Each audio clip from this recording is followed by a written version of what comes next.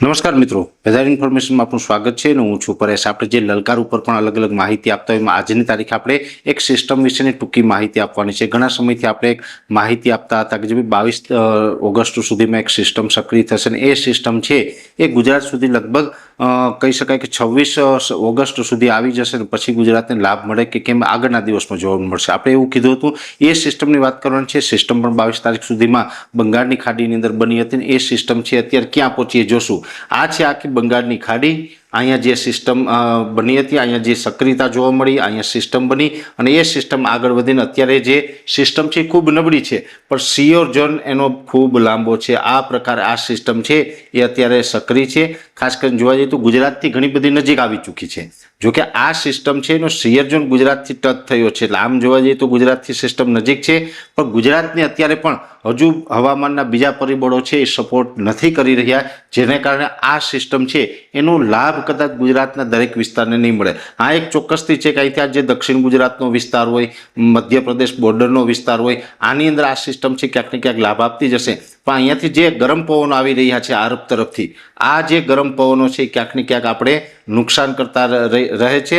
ભૂતકાળમાં પણ છેલ્લી 2 સિસ્ટમ આવી હતી અને એની અંદર પણ આ જ પવનો ક્યાંક ને ક્યાંક આપણે નડ્યા હતા, જેને કારણે પશ્ચિમ સૌરાષ્ટ્ર અને કચ્છની અંદર આ ભાગોમાં વરસાદ ઓછો જોવા મળ્યો। અને અત્યારે પણ જોવા જઈએ તો અહીંથી જે ગરમ પવન આવી રહ્યા છે એને કારણે આ સિયર ઝોન અત્યારે ચોક્કસથી છે પણ હવે આ સિયર ઝોન છે અમુક વિસ્તારને ગુજરાતને લાભ આપી અને આ સિસ્ટમ છે કદાચ આ તરફ આગળની તરફ ચાલે એવું ગણી શકાય। આ તરફ સિસ્ટમ જાય અને ગુજરાત ઉપરથી પસાર ન થાય એવી પણ સ્થિતિ અત્યારે ક્યાંક ને ક્યાંક આમાં જોવા મળી રહી છે। એટલે ઓલ ઓવર જોવા જઈએ તો ગુજરાતની અંદર 6 સપ્ટેમ્બર સુધીમાં વરસાદ તો ચોક્કસથી થવાનો છે પણ જે આપણું એક અનુમાન હતું, ઘણા સમયથી આપણે કહેતા હતા કે 26 ઓગસ્ટથી લઈ અને 6 સપ્ટેમ્બર વચ્ચે ભારેથી અતિ ભારે વરસાદ પડશે પણ હવે અત્યારે જે હવામાનના પરિબળો છે આ આપણે અલ નીનોની એક સ્થિતિ છે, કેમ કે આપણે જે ઉત્તર અરબ સાગર હોય, આ આખો જે આપણે અરબ સાગરનો ભાગ છે ને એમાં આ ઉત્તર ભાગ છે, આ ભાગનું જે તાપમાન છે એ પણ થોડુંક નોર્મલ કરતાં વધારે છે અને આ જે પવન ચાલી રહ્યા છે એ સૂકા અને ગરમ પવનો છે, જેને કારણે પણ ક્યાંક ને ક્યાંક આ સિસ્ટમ છે આપણે પશ્ચિમ દિશા તરફ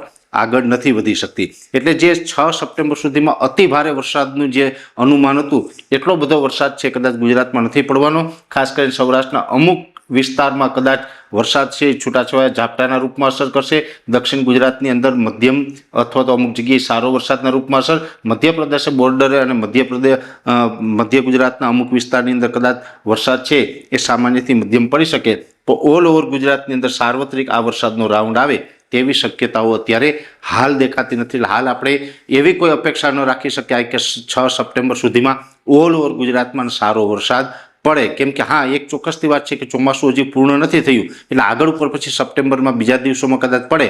અત્યારે જે મિત્રોને પાણીની વ્યવસ્થા હોય એને ખરેખર પાણી પિયત આપવાનું ચાલુ રાખવું જોઈએ। જોકે ગુજરાતના મોટાભાગના વિસ્તારો તો એવા છે કે જ્યાં અત્યાર સુધીમાં 1% લઈને 6% વરસાદ છે, જેમ કે પશ્ચિમ સૌરાષ્ટ્ર અને કચ્છના ભાગો હોય, બીજા વિસ્તારોમાં પણ ઘણી જગ્યાએ એવું છે કે ઓલ ઓવર જિલ્લામાં સારું હોય પણ 1-2 તાલુકા છે એ ક્યાંક ને ક્યાંક નબળા રહ્યા હોય, ત્યાં ઓછો વરસાદ હોય, દુષ્કાળગ્રસ્ત ઘણા બધા તાલુકા છે, ઘણા બધા જિલ્લાઓ પણ છે। તો અત્યારે જે પણ સરકારે પણ આની તાત્કાલિક નોંધ લઈ અને જે પણ દુષ્કાળગ્રસ્ત વિસ્તાર હોય ને રાહત પેકેજ છે એની જાહેરાત કરવી જોઈએ। ખાસ કરીને ખેડૂતો અને પશુપાલકો માટે તમામ વ્યવસ્થા કરવામાં આવે એવી સરકારશ્રીની અપીલ પણ છે।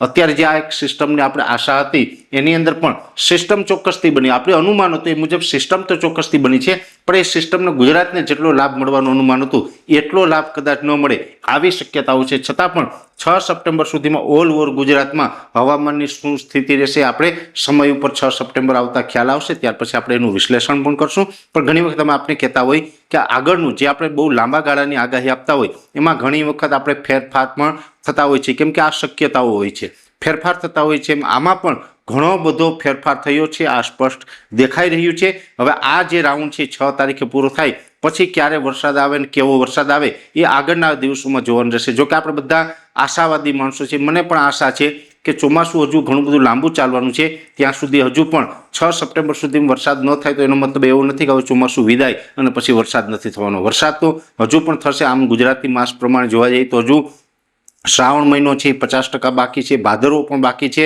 અને છેલ્લા 5-7 વર્ષની અંદર ભાદરવામાં પણ સારા વરસાદ, પાણી લાયક વરસાદ પડ્યા છે. એવું કદાચ થાય તો આપણે શિયાળુ પાકની પણ આશા બંધાઈએ અને આવું અમે પહેલેથી એક અનુમાન પણ છે. એટલે હજુ વરસાદ ચોક્કસથી થવાનું છે. લગભગ 2 થી 3 મોટા રાઉન્ડ છે. હજુ પણ ગુજરાતની અંદર સારા વરસાદ ના આવે તેવું એક અનુમાન છે લાંબા ગાળાનું. છતાં પણ આગળ ઉપર શું થશે એ આગળ ઉપર જોવાનું રહેશે. પણ પાછળથી ગમે એટલો વરસાદ પડે, અત્યારે ખાસ કરીને વરસાદની જરૂર છે. જો સમયે વરસાદ ન આવે તો ખેડૂતો માટે પાછળથી આવે તો એ નુકસાનકારક સાબિત થાય. અત્યારે ઘણા બધા વિસ્તારની અંદર પાક સુકાઈ રહ્યા છે, કુવા અને બોરમાં પાણી ખાલી થઈ રહ્યા છે અને વરસાદ નથી વરસી રહ્યો, જેને કારણે ખેડૂતોને મોટું નુકસાન જઈ રહ્યું છે, જેની સરકારે ખૂબ ગંભીરતાથી નોંધ લેવાની જરૂર છે. અને આ સિસ્ટમ છે આગળ ઉપર પણ પછી કેટલી મૂવમેન્ટ કરશે અને આગળ ઉપર આપણે કેટલો લાભ આપશે એ પણ અમે સમયાંતરે આપને માહિતી આપતા રહીશું. અત્યારે આ વિડીયોની અંદર એટલું જ. અંતમાં દરેક મિત્રોને વિનંતી રહેશે, આ વિડીયોને લાઈક આપીને દરેક ગ્રુપમાં શેર કરી દેવો. આપણી લલકાર ચેનલ છે એના ઉપર પણ અમે અલગ અલગ અપડેટ આપતા રહેતા હોય, એટલે લલકારને પણ સબસ્ક્રાઇબ કરી લેજો અને આપણું ફેસબુક તથા ઇન્સ્ટાગ્રામ આઈડીને પણ ફોલો કરજો.